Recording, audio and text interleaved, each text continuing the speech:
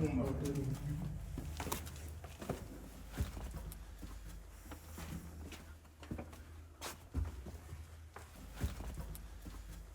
من فکر نکنم بتونم. چرا؟ خب بوده بعضی وقتا دوستانم یه خورده همینجا وایسیدای موسوی یه ذره بیا جلوتر، یه خورده بیا جلوتر. ببینید اول من بهتون بگم از لحاظ هوا هیچ مشکلی ندارید، از لحاظ این مسیر روشنه هیچ مشکلی نیست. بودن کسایی که این فوبیا رو داشتن، یه خورده که میان جلوتر حل میشه. یه خورده بیا جلو، اگر نتونستید برگردید، ایرادی نداره.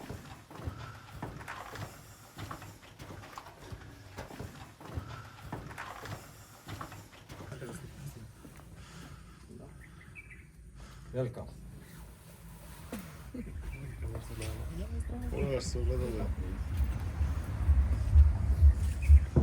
ما مثلا در همین محله شریف آباد قنات شیرین رو داریم. 430 ساله این قنات شیرین جاریه. حالا اگه خواستید بریم ببینید. بله یه داستان عاشقانه دلبرانه فوق‌العاده پشت جاری بودن این قنات شیرینه. تا کفتر بودیم هر دو خوش آواز، شبا در لونه و روزا به پرواز.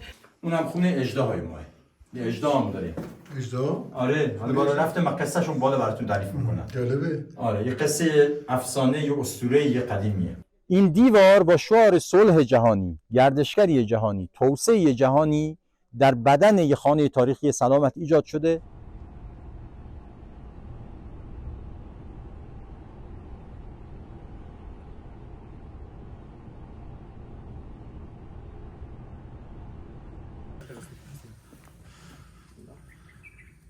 Welcome.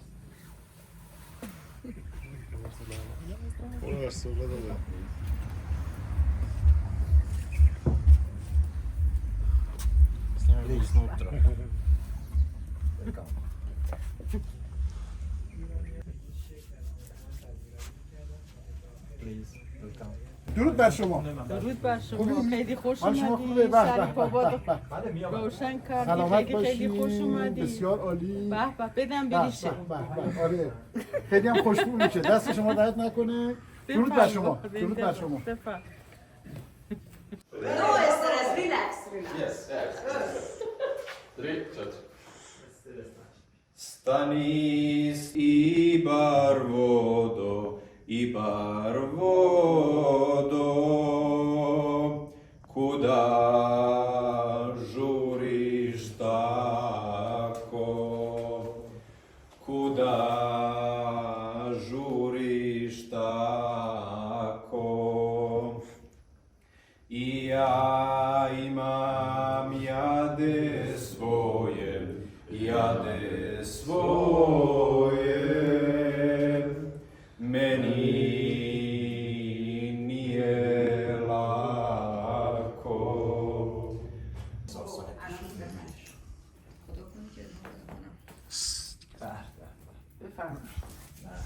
این آتیش و اینم بوی خوش شما بریزید. بله. گفتم چرا داره بونمه همین گفتم خودتون بریزید. زنده باشید. درود بر شما. بریزم اون؟ نه خوبه دیگه. خوبیه. خلاص میشه. به به به. ما خدا ایشالله بلا از سرتون باشه. آتش کنار آه. زده مهر شاه ریزه. بله. شما چقدر زیبا صحبت میکنین.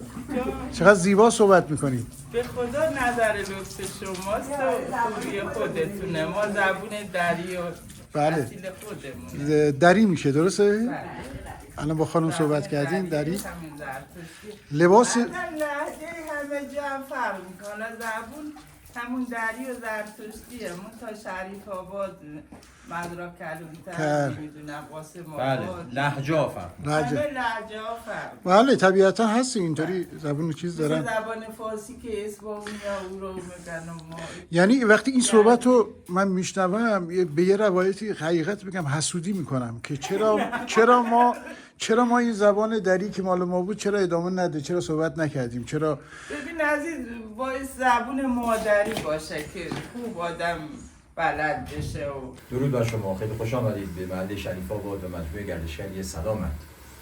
محل شریف آباد من همیشه به همین دوستان بگم بیش از این که دیدنی های ملموس داشته باشه، مثل معماری، مثل کوچه ها، مثل ساختمون ها، میراث ناملموس داره. این هست که به شریف آباد روح داده و جان داده حقیقتا. و اون میراث ناملموس این میراث ملموس رو هم ایجاد کرده. اون ارزشمنده، اون سرمایه اجتماعی، اون فرهنگی که تو همین کوچه بس کوچه ها جاریه، خورده فرهنگ ها. این همین آینه گلاب و آینه‌ای که شما میفرمایید، این یه خورده فرهنگیه که پشتش یه تاریخه، پشتش زندگی‌هایی گذاشته شده. یعنی یه چیز ساده نیست، پر از فلسفه، پر از دانشه، پر از زیباییه. همین آینه گلاب آینه. ما مثلا در همین محله شریف آباد قنات شیرین رو داریم. 430 سال این قنات شیرین جاریه. حالا اگه خواستید بریم ببینید. یه داستان عاشقانه، دلبرانه فوق‌العاده پشت جاری بودن این قنات شیرینه. جناب آقای پدر، این بافت در واقع اینجا بافت قدیم حفظ شده، درسته؟ تا حدودی حفظ شده. البته ساخت و سازای ناهمسان هم داشتیم، ولی تا حدودی تلاش هم خود مردم شریف آباد و هم نهادهای زیرفت بوده که این بافت قدیم حفظ. پس این الگو وجود داره که ساخت و سازا در واقع طبق معماری که اینجا از گذشته بوده. حتما ساخت و ساز ناهمسان نباید باشه.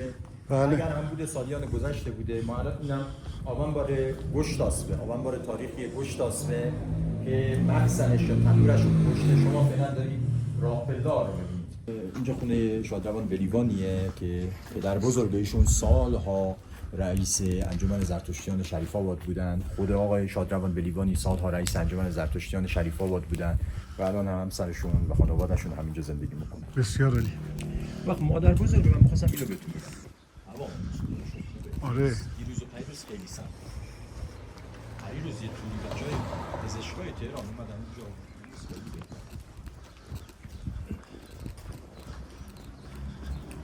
ما از کوچه مهرگان گذشتیم و رسیدیم به یکی از پایاب‌های قنات شیرین یا قنات کچیب.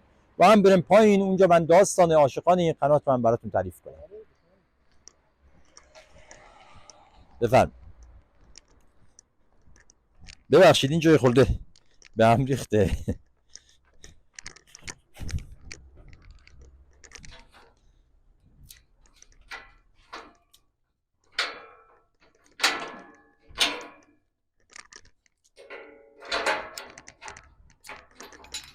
بفرم. دو سه روز پیش طوفان خیلی بدی اومد، همه اینجا رو پر از آشغال کرده.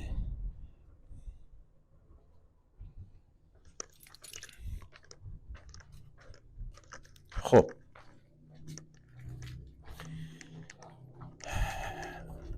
الان پایین پایاب قنات 430 ساله کچیب یا شیرین هستیم.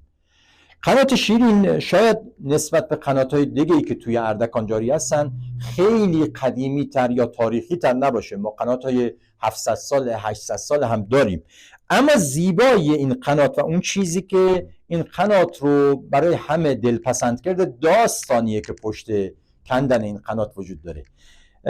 یک زمانی حدود 450 سال پیش یک مقنی جوان کرمانی به دعوت مقنیان شریف آباد میاد به این روستا، برای اینکه این مراودات بینشون وجود داشته. اونا هم گاهی به کمک اونا میرفتن برای لایروبی کردن قنات ها، پیش کارکنی قنات ها. خب قاعدتا این کارها در اون زمان 2-3 ماهی دسته کم زمان میبرده و این مقنی باید یه جایی توی همین شریف آباد ساکن باشه. بودن او در شریف آباد همانا و دلبستگی او به یک دختری به نام شیرین هم همان. و خب اون دختر خواسته او رو آزمایش بکنه ببینه چقدر بر سر این عشقش پابر جا هست و به اون میگه اگر که من رو دوست داری باید این رو به من ثابت بکنی. و ثابت کردنش هم کندن یک قناتی رو باید به نام من بکنی و بیارید از شریف آباد عبور بدی. و اون مقنی جوان با کمک دوستان خودش این قنات رو آغاز میکنه به کندن و وقتی که اون دختر دیگه متوجه میشه که واقعا او بر عشقش پابرجا هست با او ازدواج میکنه و این قنات در وقف نامه هاشم به نام شیرین ثبت شده. نام دیگه‌اش کچیبه. کچیب همون کج شیبه که بعداً در گویش ما به کچیب، چون در ابتدای مسیر یک جایی است که یک راه کج پیدا میکنه و بهش گفتن کج شیب، ولی در وقفنامه به نام قنات شیرین اومده. این سکوهایی که دارید اینجا میبینید وقتی که در سالهای پربارش آب قنات بالا می اومده، افراد میشستن اونجا روی اون سکوها و لباسشون رو میشستن، ظرفاشون رو میشستن، اون علوف مخصوص گوسفنداشون رو، مثلا گاو و گوسفندشون رو اینجا میشستن و حتی گاهی آبتنی هم اینجا میکردن تو پایاب ها. وقتی که در سال کمبارش مثل حالا این آب سطحش پایین تر بوده، رو از این سکو استفاده میکردن و میومدن اینجا روی این سکو میشستن و این یکی از پایاب هایی است که در مسیر قنات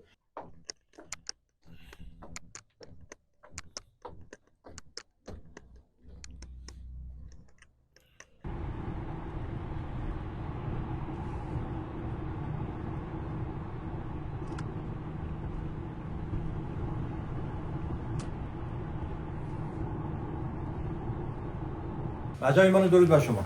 حالتون چطوره؟ خوبی؟ ارادت مندم. شما خوب هستی؟ فرقان ما خوبه، دخترها هم خوب هستن. شما خوب هستی؟ خودتون شما زنده باشید. خواهش می‌کنم ارادت کنم. خواهش می‌کنم. مرجوین بانو از دوست حال شما خوبه؟ قربون شما. خدا قبول درست باشید، دلتون خوش باشه همیشه. شما شاد باشید. قربون شما. خواهش می‌کنم. زنده باشید. ارادت دارم خدمت. خواهش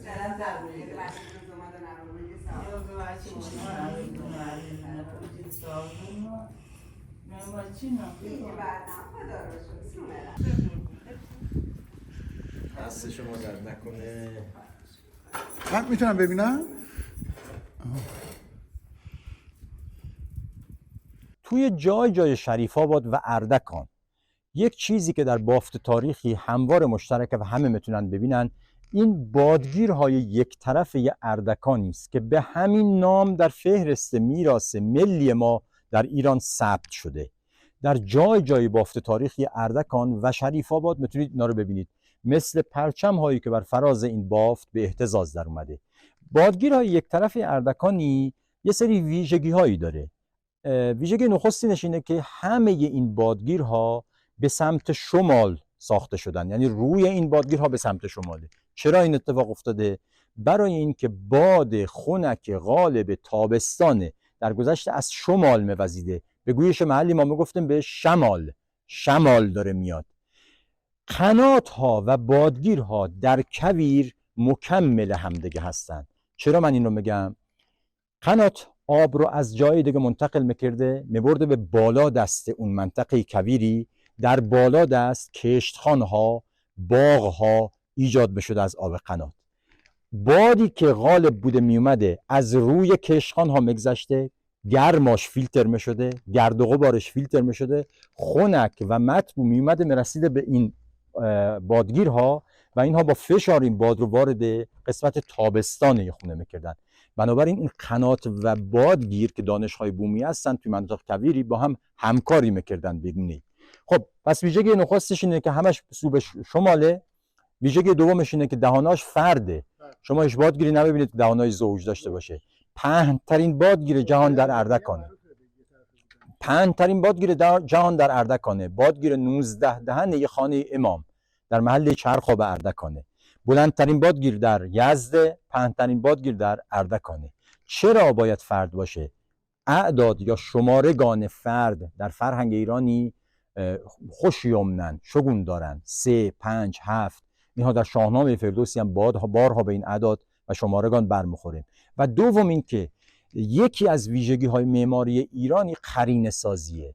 وقتی شما دهنهای فرد بدید به بادگیرهاتون، مثلا این بادگیر 5 دهنه، خب یکی وسط 2 تا این قرینه سازی میشه. 7 اگه باشه یکی وسط 3 تا، 9 باشه یکی وسط 4 تا. این قرینه سازی باید برای اینکه زیبایی بده به کار معمار و سازنده. بعد نگاه کرده دیده که بادی که میاد پر از گرد و خاکه و گرمه، کمیره دیگه گرمه، خب که آبادان ایجاد بکنه.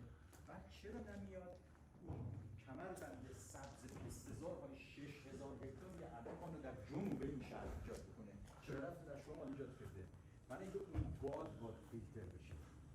ما الان از کوچه مهرگان اومدیم، از دیدن پایاب قنات شیرین بادگیر های یک طرف اردکانی رو دیدیم، اومدیم رسیدیم به قلب مجموعه گردشگری سلامت شریف آباد. پارک سلامت، آبنبار سلامت، دیوار جهانی صلح، خانه سلامت، گنجین یک قنات و مسیر زیرزمینی یک قنات بهاءالدین آباد. دیوار جهانی صلح من توضیح خدمتتون بدم. من گفتم که نمادواره یا برند شریف آباد همدلی ادیان گوناگونه، زرتشتیان و مسلمانان صدها سال اینجا دارن با همدیگه زندگی میکنن. این همدلی و مهربانی بر بستر اندیشه آشتیجویان شکل گرفته و الا اگر اندیشه اونها جنگ طلبانه بود با هم نمیتونستن زندگی بکنن. آشتی و صلح بوده که در اندیشه اونها به یک فروز تبدیل شده و این زندگی همدلانه رو ایجاد کرده. ما اون میراث ناملموس رو در قالب این دیوار جهانی صلح بدل به یک میراث ملموس کرده. این دیوار با شعار صلح جهانی، گردشگری جهانی، توسعه جهانی در بدن یک خانه تاریخی سلامت ایجاد شده. قریب به 150 تا پرچم از کشورهای گوناگون دنیا، از خود ایالات متحده گرفته تا همه کشورها، ما با ملت ها سخن میگیم و پیام صلح و آشتی را از شریف آباد به ایران و سراسر جهان میرسونیم با این دیوار. بله دیگه، این دیوارا هم که میدونید چیه؟ این دیوارا هم چینه دیگه، ما بهش میگم چینه. و البته الان دیگه هیچ استوبن اینا رو نمیتونه بسازه، اصلا امکانش نیست. چون اینا میدونید که پایینش از قطر 1.80 تا 1.20 تا شروع میشه، هر چه به بالا میاد اینجوری میاد. سر این دیوار میشه 10 سانت، پایین قاعد 1.20 تا 1.30 تا و برای همینه که این دیوار، حالا یه دیوار تو اون کوچه است که 2 برابر اینه، این 300 سال این دیوار اینجا وایساده تو باد و بارون و 1000 سال دیگه اگه خرابش نکنن همینجا وایساده. 1 چین، 2 چین، 3 چین، 4 چین. اولا گلی که می‌خواستن با این دیوار بسازن 20 روز پای این دیوار میومدن این گلو ورز میدادن با پا. اینجوری نبوده که همینجور گلو آب قاطی کنن بخوان چینه بسازن و الا که اون اولین بار اونه که میومد خراب میشد. این گل ورزیده شده، ساخته شده، آماده شده، بعد میومدن یه چینو اینجا میذاشتن، هی کپ گل میذاشتن، 1 ماه 40 روز صبر کردن این چینه اولی خشک بشه، دوباره چینه دومی. یعنی یه دیوار اینجوری رو ساختن 1 سال زمان میبرده. برای همینه که 300 سال اینجا وایساده، 1000 سال دیگه هم اینجا تکون نمیخوره. ما این قسمت آبنبار سلامت رو داریم. آبنبار سلامت هم از محل دهش شادروان سلامت شریف آبادی است که در زمان پهلوی اول ساخته شده برای استفاده همه مردم، نه تنها زرتشتیان، برای استفاده همه انسان هایی که بهش نیاز دارن. در زمان گذشته چون ما آب لوله کشی رو در خونه ها نداشتیم، از آبنبارها استفاده میشد برای اینکه مردم بتونن آب آشامیدنشون رو از آبنبارها تهیه بکنن. شما این سازی که الان میبینید، شما یک تخم مرغ رو تصور بکنید که نصفش از خاک بیرونه، نصفش زیر زمینه. منتها اون قسمتی که زیر زمین رفته تخت شده، یعنی فلت شده، شکسته شده این قسمت بالاش و اون مخزنیه که آب رو درش نگه میدارن. این هواکش ها که میبینید دورش هست، اینا برای اینه که هوا در اون جریان داشته باشه، هم آب رو خنک‌تر بکنه.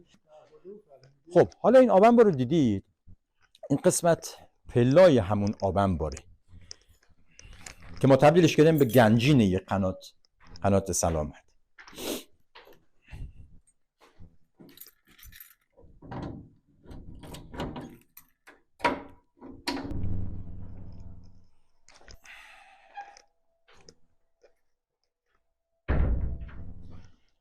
خب ما اجازه بدید من اینو بذارم اینجا. خیلی خوب، ما الان در پله های آبنبار سلامت هستیم که مخزنشون بالا دیدید. ما به زبان محلی میگیم تنوره آبنبار، مخزن آبنبار. اینجا این در وجود نداشته، اینو ما گذاشتیم، این باز بوده. هر کسی می‌خواسته بره از آب آبنبار استفاده بکنه کوزه‌شو برمی‌داشته.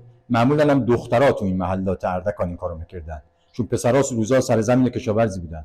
امروز بچه میگه بره تو آشپزخونه که لیوان آب بیار، پرواش نیست، زورش میاد. میومدن از این پلا میرفتن پایین چراغ و اینام نبوده آقای موسوی. شب ظلمات تاریکی، بابای من قصه ها از این وحشت این آبنبار ها تعریف میکنه که چقدر مترسیدم که کوزه آب بیاریم، کار نداریم. خب میمدن پایین، میرفتن اون انتها، ببینید اونجا 2 تا شیر بوده، اونجا رو بهش میگفتن پاشیر. از پاشیر شیرا رو باز میکردن، حالا یکیش یا 2 تا کوزه اگه داشتن، کوزه‌شون رو پر میکردن، شیر رو میبستن، باز دوباره از این پلا میادن بالا، میرفتن خونه. اینجا ما تبدیلش کردیم به گنجین یک قنات مجموعه گردشگری سلامت. شما تصاویری که دارید میبینید 2 طرف ما زده، اینا آخرین نسل بازمانده مقنیان اردکانی هستند که پدرانشون پدر در پدر مقنی بودند. خیلی معروفن و بسیار معروفن. استاد محمد علی حاتفی، استاد محمد علی قانعی، ارزم به حضورتون که همه استاد حسین حاتفی، استاد غلام رضای حاتفی، همه از مقنیان معروفی هستند که حتی الان در تهران، در استان کرمان، جای دیگه هم میخوان قنات‌ها رو داری بکنن، از دانش و تجربهشون استفاده میکنن. همین چند روز پیش استاد حاتفی رفته بودن تهران، قنات قصر فیروز تهران رو ببینن، کارشناسی بکنن و برگشتن. خب تمام وسایلی هم که اینجا میبینید همون وسایلی است که در قدیم مقنیان باش قنات‌ها رو میکنن. از این کلنگا رو نگاه بکنید، اینا با دست باس بکنن، اینا رو به این صورت دست ساز میساختن، کنار خود قنات کوره میساختن. یعنی یک مقنی باستی چیلونگر هم باشه، چیلانگر باشه، هم مقنی هم چیلانگر، وسایل خودش درست بکنه. این بیلا، تمام این تنابا، همه اینا. خب قدیم این چراغا و چراغ قب و اینا نبوده دیگه. اون پایین ظلمات بوده، تاریکی بوده، زیر زمین. ما الان میریم تو عمق 12 متری زمین. بعضی قنات‌های ما 30 متر در عمق زمینن، بعضی‌ها 60 متر در عمق زمینن. ما 12 متر الان اینجا. خب یه خورده دم به یه گوسفند، پی، چربی انداختن توی این، یه فتیل هم براش میذاشتن، آتیش میزدن. تو قنات که میریم میبینید یه جایی رو دیوار قنات رو کندن، یه کوچولو اندازه که اینو بتونن بذارن اونجا.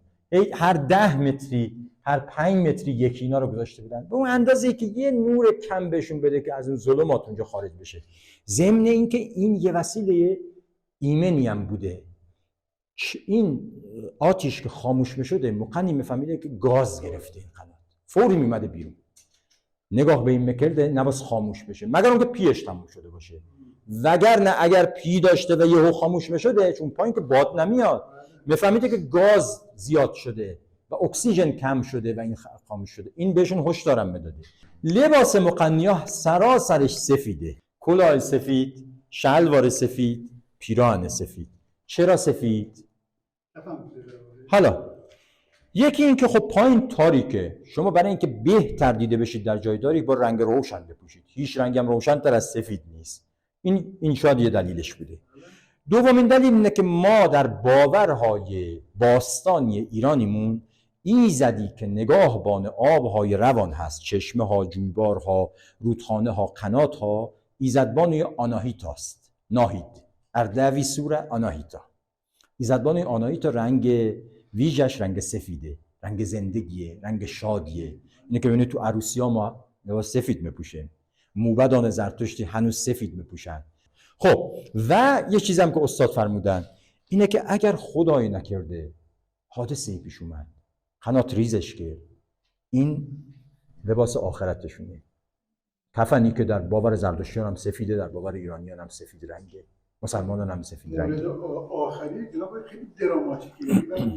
و هر روز که اینا دارن میان توی قنات و توی چاه، یعنی در واقع با خانواده‌ها خداحافظی می‌کردن. بله معلوم نبود که میخوام بله یا نه. ما همینجا دراماتیکه چیز و کاریه که واقعا گذشتن عشق و علاقه با یه همت والایی با یه اعتقاد راسخی هم می‌کنه. من بدونم که هر روز یه کاری می‌خوام بکنم ممکنه برگردم اصلا نمی‌دونم سبتی و دراماتیک آدمای بزرگی هم بودن. و دراماتیک بودنش هم اینجایی که این مقنی زندگی رو به ما هدیه می‌کرده. او هر روز میرفته که زندگی رو به ما هدیه کنه، ولی با خانواده‌اش به خاطر اینکه نکنه مرگ یقه او رو بگیره خداحافظی می‌کرده. این اوج اون تضادیه که پارادوکسیه که وجود داشته تو زندگی این آدم. 13 کیلومتر قنات از مادرچاه تا مظهرش طولش هست. 700 سال پیش حفر شده این قنات بهاءالدین آباد.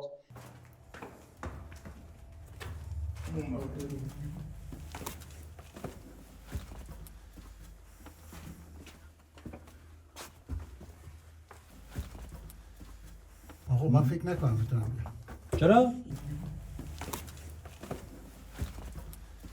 خب بوده بعضی وقتا دوستانم یه خورده همینجا وایسیدای موسوی یه ذره بیا جلوتر، یه خورده بیا جلوتر.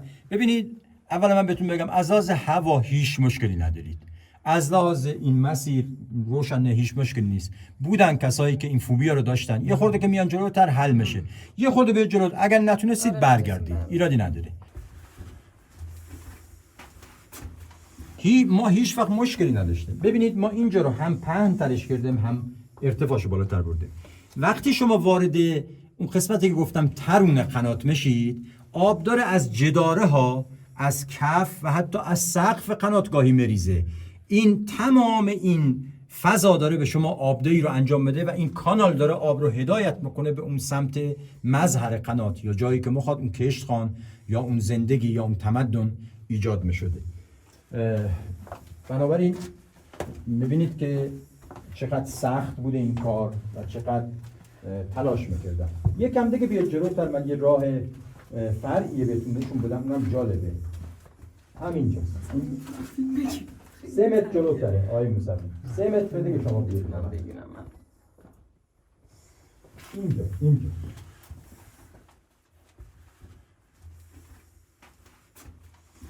ببینید هنوز این رد کلنگا بر دیوارای این قنات وجود داره. این ردایی که شاید 300 سال، 500 سال، 700 سال ازش مگذره. بله. و کسایی که این ضربا رو زدن خودشون نیستن، ولی این اثر زیبا هنوز باقی مونده. ببینید آقای موسوی، ما 2 تا پایاب داریم، 2 نوع پایاب داریم. ما به زبان محلی بهش بگیم جوغ یا جوی پایاب. یک سری پایاب هایی بوده که درون خانه ها بوده و از این راه های فرعی که یکیش رو اینجا میبینید آب قنات میرفته تو اون پایاب ها و مردم اون خونه، اهالی اون خونه از آب قنات استفاده میکردن. یک سری پایاب ها عمومی بوده. انتهای این مسیر ما برسیم به یک پایاب عمومی و اونجا میبینید از اونجا هم خارج بشیم و میریم بیرون. بفرمایید.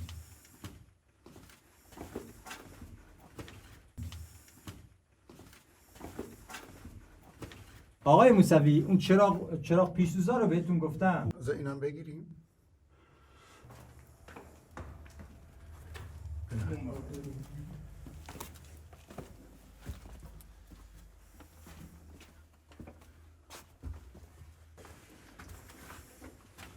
پیش‌سوزا رو بهتون نشون دادم، دیدی؟ گاهی یه همچون چیزایی توی دیوارای قنات هر 5 متر 10 متر مکندن، یه پیش‌سوزا میذاشتن اینجا که نور بهشون بده و اون هشدارم گاهی بهشون بداده برای اینکه اکسیژن مثلا کم نباشه. باز اینجا برسیم یکی دیگه از همون راههای فرعی رو ببینیم. این نشون بده که یه خونه دیگه هم مثلا این قسمت بوده که از آب این قنات استفاده میکرده از این سمت.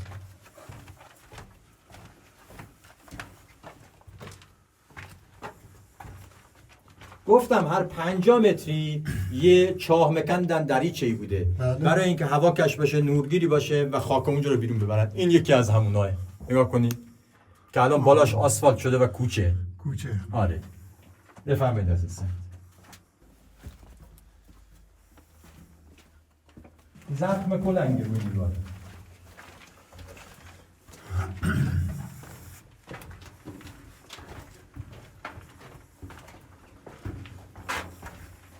ببینید ما هنوز آب رو داریم اینجا. نگاه بکنید با وجود اینکه قنات حدود 50 سال خوش شده، ما هنوز آب اینجا داریم. نگاه کنید.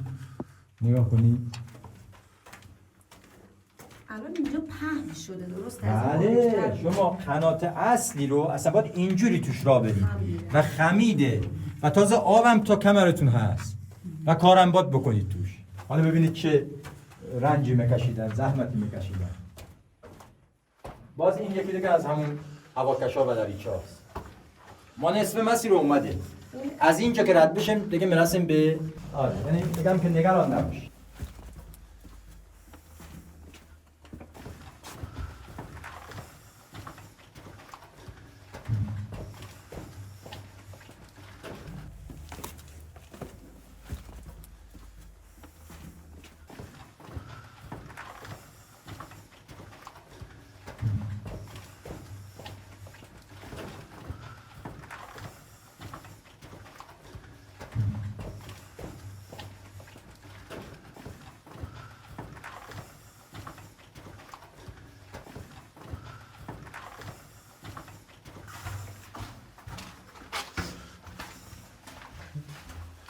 چرا بدم یه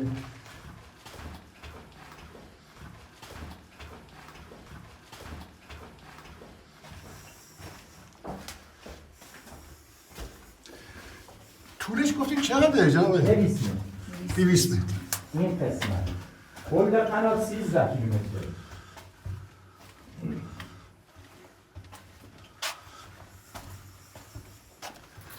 قناتی رو اومدید به این طولانی و به این تنگی و فکر کنم به این عرضش اونا هم در واقع پر شده. خب باید بریم سمت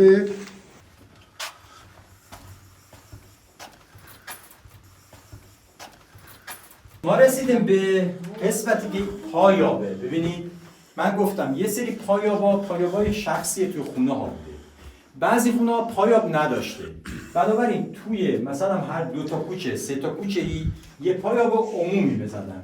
این یه پایابه، بهش میگفتن جوی، ما بهش میگم جوغ. اینجا اسمش جوغ حکیمه.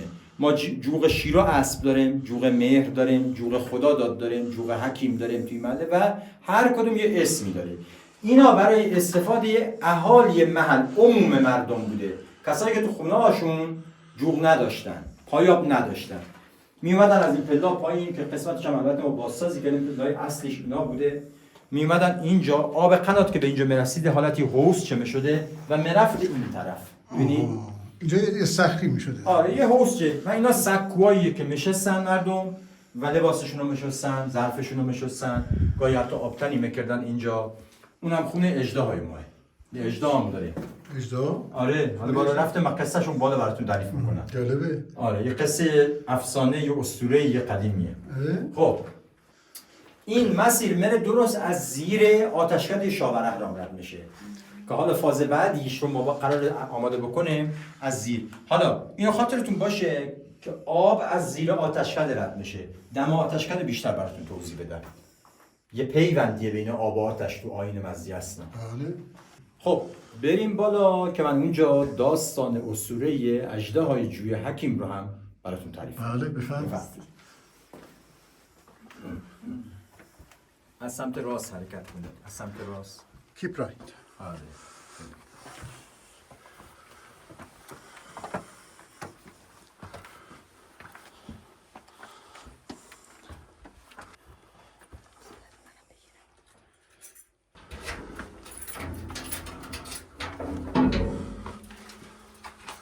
رسیدیم به نور. رسیدیم به نور. بفرم.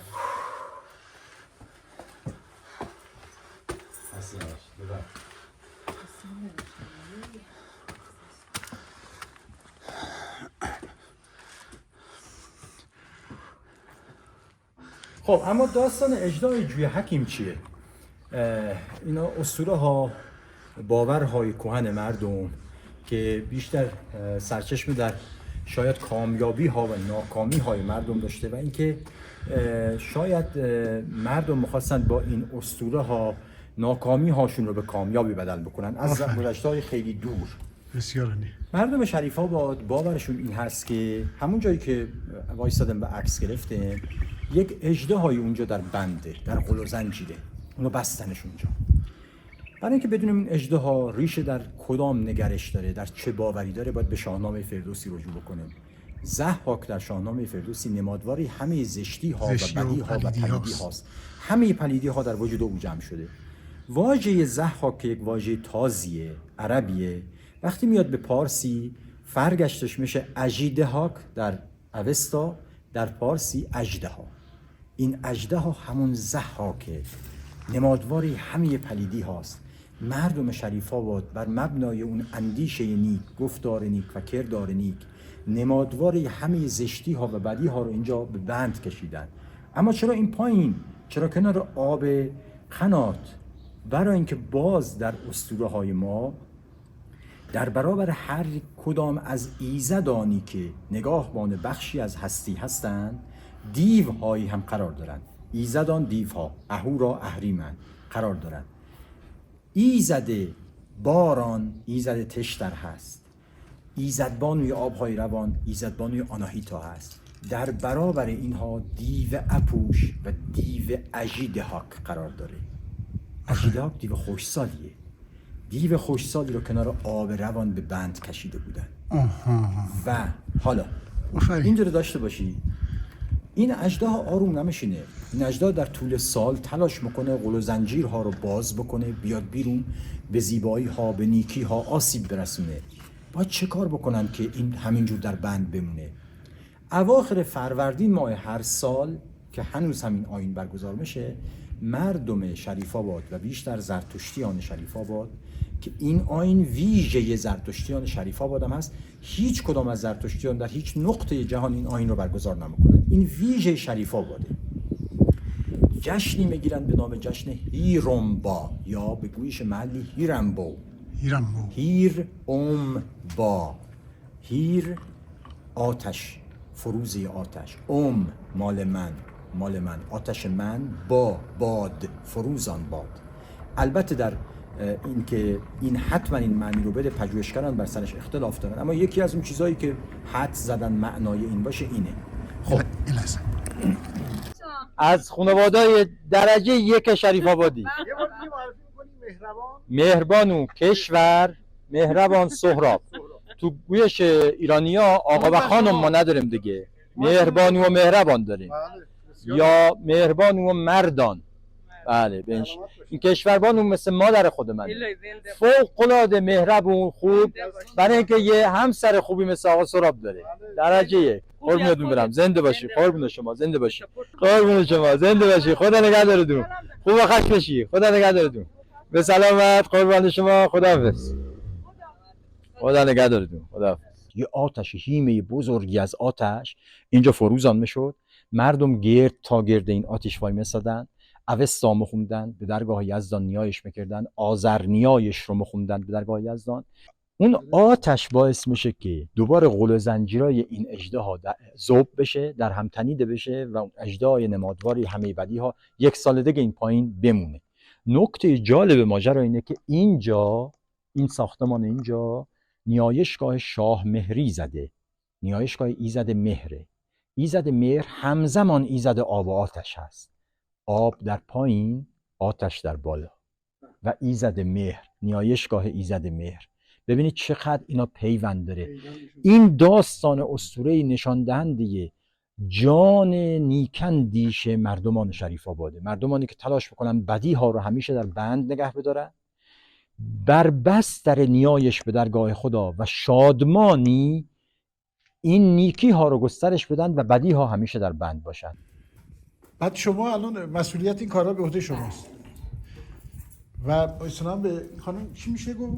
اصلا حالت خادم، خادم میگن، معمولا خادم، یعنی خدمتگزار همین پیرو. بله افتخاریه این خدمت افتخاریه. عزیزان بزرگ ایرانی. بخرید مشکل باشه اشاره کنید، هر مشکلی دارید اشاره کنید. اون از مشکل شما هم رو بگو شاید. خواهش میکنم.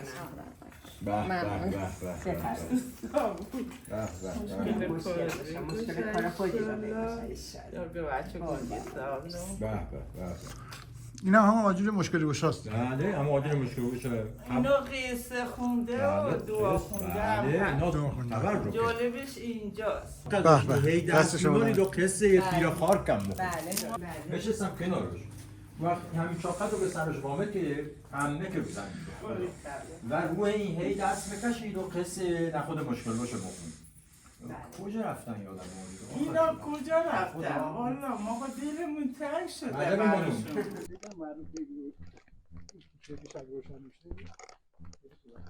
بله.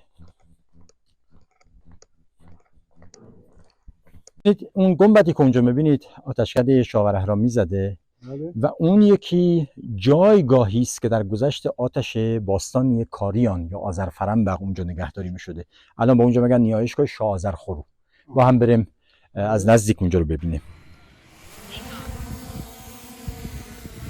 خود این ساختمان، این آتشکده 130 سال حدوداً خدمت داره، اما وجود آتش در شریف آباد صده ها خدمت داره. ساخته شدن این ساختمان هم یک داستان جالبی داره که بدونید بد نیست. یک شب سرد زمستانی یک نفر به نام خدا داده نوشیروان یا خدا مراد نوشیروان، حالا من یه خورده تو این شک دارم. از خانهش میاد بیرون که بره در کشتخان هایی که پایین دست شریف آباده، بره و اونجا آبیاری بکنه. شب زمستانی سردی بوده، تاریکی باعث میشه که جلو پاشو نبینه و بیفته توی یک چاه عمیق. خب سرما و بودن اون تای چاه، آسیبی هم که دیده بوده، نگرانش کرده که نکنه جونش رو از دست بده. از خدای خودش میخواد که اگر او رو یاری بکنه از دل این چاه زنده بیرون بیاد، بره کار بکنه و از پولی که در میاره یک ساختمان برای آتش بهرام بسازه در اینجا. یه مدتی که مگذره، یه بنده خدای دیگه گاوش از توی طویلش فرار میکنه. به دنبال گاو گم شدهش بیرون میاد، میرسه سر این چاه. صدای اون بیچاره که تای چاه بوده رو میشنوه، کمک میکنه، او رو بیرون میاره. این بنده خدا میره هند، توی هند کار میکنه چند سال، هی خورده پول میفرستاده اینجا برای یک نفر دیگه و او با این پول این ساختمان آتشکده رو میسازه اینجا 130 سال پیش، حدوداً در زمان مظفرالدین شاه.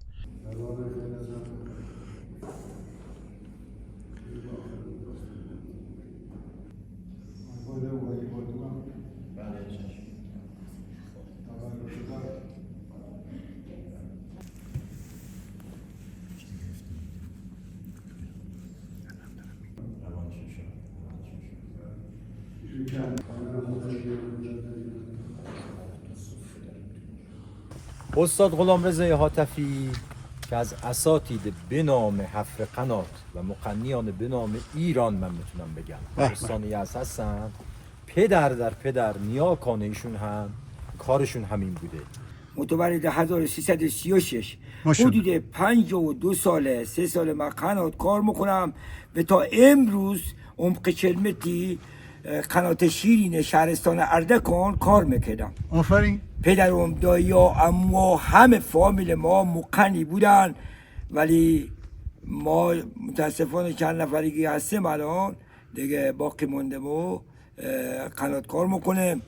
درخت سبزم همیشه در بیابون، درخت سبزم همیشه در بیابون، نه او خوردن به غیر از او بارون، اگر 100 سال بارون نباره هنوز سبزم نشینم در بیابون.